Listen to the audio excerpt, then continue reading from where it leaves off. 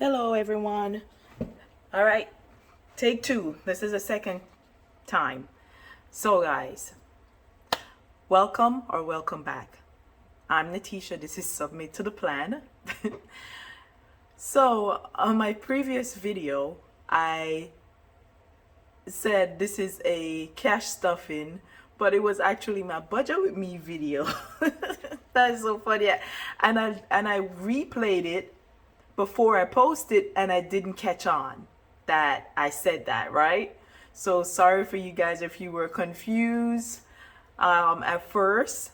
And thank you guys so much for being such a trooper. You guys are such a trooper. No one brought it to my attention. I was watching it again and I was like, what? I said, budget with me? So thank you guys for supporting me no matter what.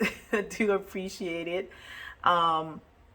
But today I am gonna stuff the remainder of the cash. Well, I'm gonna stuff my cash, my gas, and my envelope, Nat's envelope, and for grocery, the remainder that I have leave over. Because yesterday before I did the video, I had to go get some stuff, right? I had to go to Sprout and get a few things because I didn't have anything for dinner last night. And then this morning when I went to go get the cash, I had to get some stuff at Publix because it's very hard for me to get away. And I'm gonna explain why it's hard for me to get away and to even go to the bank. So normally grocery shopping, my older son do that. So I'm gonna share some stuff with you guys today, and just with hope that you guys understand. But when I did my budget, I wasn't able to put anything into my sinking funds and my saving challenge. So for right now, we have decided to, me and my husband, we have decided to hold off on sinking funds and challenges, right? And I'm gonna go into that. But we're gonna stuff this envelope. Since I had to start over the video, I already put the change in my bottle there, but I had no cash leave over. So we used everything. No cash leave over, just the silvers, right? So gas is getting 30, and we're doing 2 10s and 2 5s. So how are you guys doing? How is your weekend? Today is Saturday. Normally I do my video on Friday, but that's okay. But how's you guys' weekend? How was your St. Patrick's Day? Did you guys eat a lot of cabbage and corned beef? So Nat, my envelope is getting $20, 22. When I used to eat all that meat, I used to love corned beef. Love corned beef. Okay, so then the remainder we're gonna put into the grocery. And let's count that up to see how much we have to get the other things that we didn't get yesterday and today. 20, 40, 60, 81, 120, 30, 35. So $135. And that will have to do to get the rest of the stuff. So I have enough because I went ahead and I did my little menu, my little menu, what I'm gonna cook for the week, right? And let me show you guys. So yesterday I did the spaghetti and meat sauce. I remember telling you guys that we are on a plant-based diet. And today I'm gonna do meatloaf instead of Tuesday. So I'm gonna do, it's meatloaf, but it's a veggie loaf with mashed potato and green beans. And tomorrow is Sunday. I'm gonna do a Indian dish. It's called dal makhani, and it's served over rice. So we're gonna do that tomorrow with some veggie. And Monday I'll see what I'll do Monday. But yeah, so guys, we had an emergency that came up And basically I'm gonna need these for Sprout. $5 off, $50. That's awesome, right? So we had an emergency that came up, and at this point I won't disclose the full scope of the emergency, but we needed to come up with $1,000. Now, on one of my videos, I did fund my not fully funded. I got to the halfway mark in my emergency fund, right? So I had put $500 in the bank in my savings, and then in the rest of my envelopes, I had $500 scattered through my envelopes. So telling you guys this, so I might, well, be starting over. So in my envelope for the 52 weeks, January to March, I had to take out the $53, and April to June, I had to take out $88, and July to September, I took $46 out.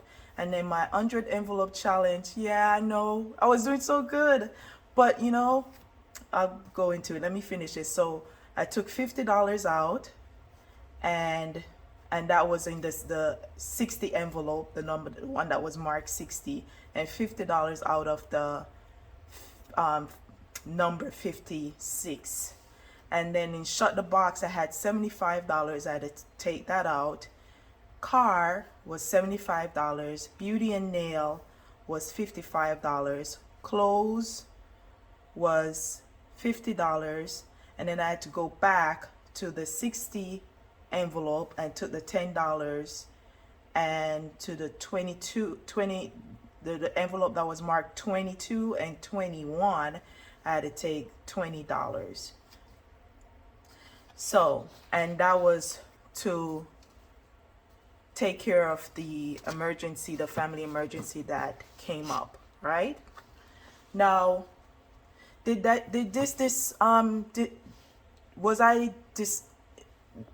was I sad about it?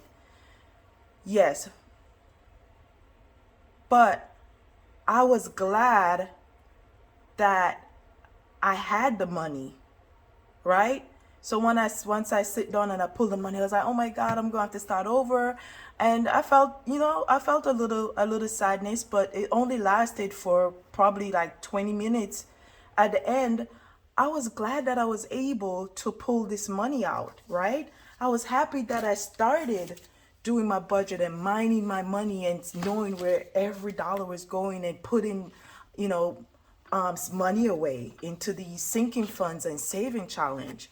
Because if I wasn't doing that, I wouldn't be able to help her, to take care of what we needed to take care of. I would have to call a family member or someone to borrow the money from, right? And I hate borrowing money from anyone, even your family, because it's like, oh, you have to pay it back. So, and I hate doing that, right? So I was glad that I was able to do that. I was glad that the money was there. And for anyone who is going through your struggles financially, I'm not financially stable. We are not financially stable. We finally just start saying, okay, we have no money saved for retirement. We have a house, so I guess eventually we could sell it and take the money out, and we'll have little money for retirement. But other from that, really no savings for retirement. So this is why I started this journey, because I was tired of just paying our bills and not seeing any savings. And I was like, I watch all these ladies on YouTube saving and stuff, and I'm like, if they can do it, I can do it too. And I really just buckle down and start just minding my money. I say a lot of no's. I was with my friend just yesterday at the beach, and she was laughing at me, and she had another friend that joined us at the beach, and she was telling her friend, my friend started doing her budget, and she don't do nothing outside her budget. I call her, I'm like, you want to meet up to eat? No, not in my budget. And she's like, I'm so sick and tired of you with not in your budget. And I'm like, listen.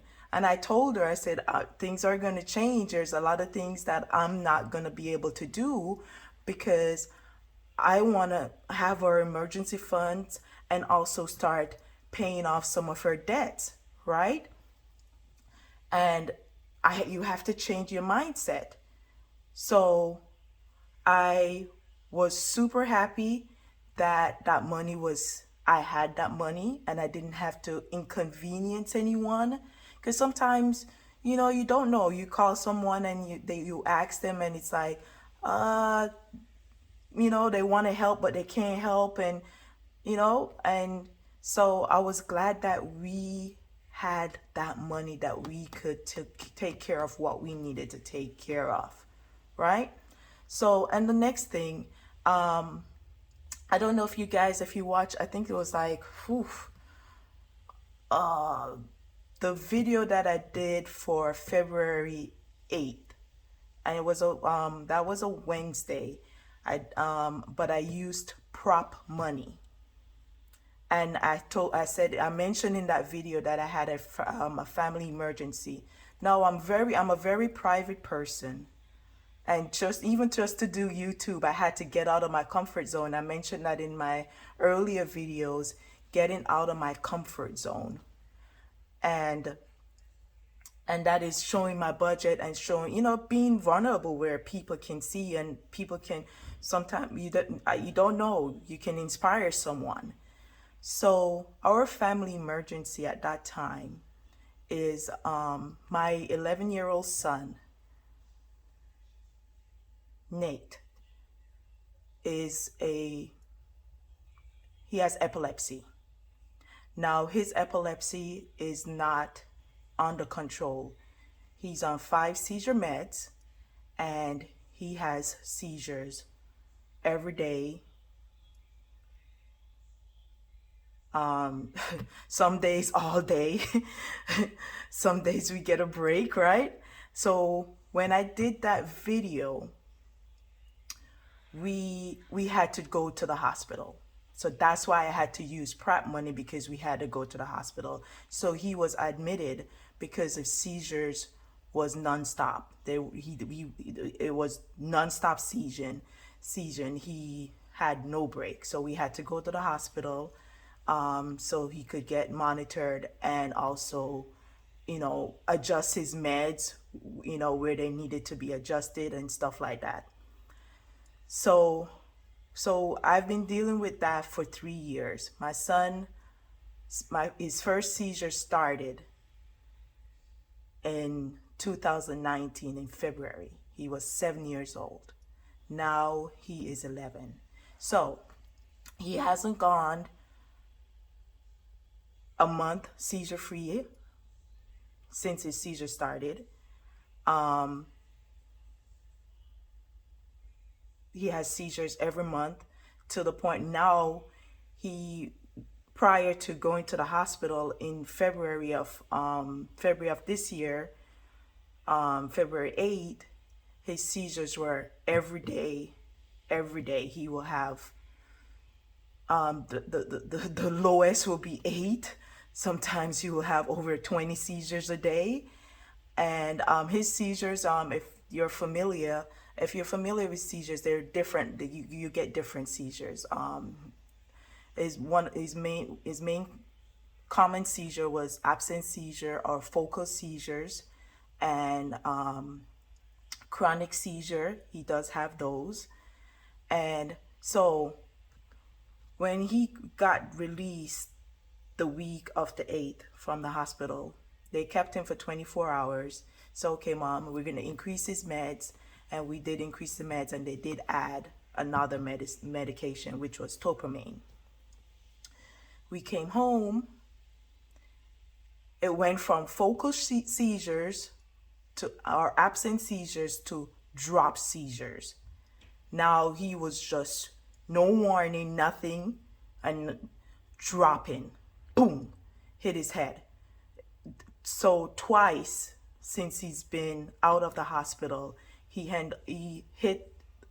fell and hit the right side of his head, where the brow bone, he hit there, right? And got swollen. We ice it, da da da. So that's some of the things that I'm dealing with, and I'm saying this because I saw someone the other day, and you might think, oh my God, life is not fair. I'm doing my savings, and I'm constantly have to pull it out. It's just the little things we got to give thanks for. Thank God you are saving and you had a little money that you could help in case of a family emergency, and you didn't have to go borrow that money or from anyone else. And we sometimes we have to start over a lot. And today was funny. I was praying about it, and saying, should I mention anything? Because I'm very, very shy and private, and I'm trying to come out of my shell. And it says this is my devotion book. I read this every morning. God's little devotion book for a woman. And I saw this. Failure is not falling down, it's staying down. And that's one of the things that I thought of. I sat down last year and I was like, things are not going good. My son seemed like he's not getting better. And I'm like, I gotta change my narrative. I gotta change my mindset. I gotta change everything. And it starts with your mind. So you think it, so it is, right? So I had to change my mind. I had to start saying next year, or I deserve things, right? Things were going to get better. And things are getting better. Things are getting better. I'm grateful that I had to pull the money out of my envelopes. But as I said, I'm grateful that I had it. And I gave thanks. And I was like, thank you, God, that you put me on this journey, and thank you I was able to do that. And each day I get up, I give thanks for the little things, and instead of sitting down in my sorrow or my feeling sorry for myself, I decided I wasn't going to feel sorry for myself anymore. I wasn't going to feel sorry for my son and say, my poor baby boy. We are going to live our life, and we're going to give thanks each day when we get up, because every day is a new day, and that's how I see it. Every day for me is a new day. So you never know what today might bring. So every day for me is a new day. For anybody that's out there that is struggling, don't give up. Don't give up. Every day is a new day. Every day. Don't give up. Today might be tough, but know that tomorrow is a different day and it will be a brand new day. So when you wake up tomorrow, give God thanks and say, thank you.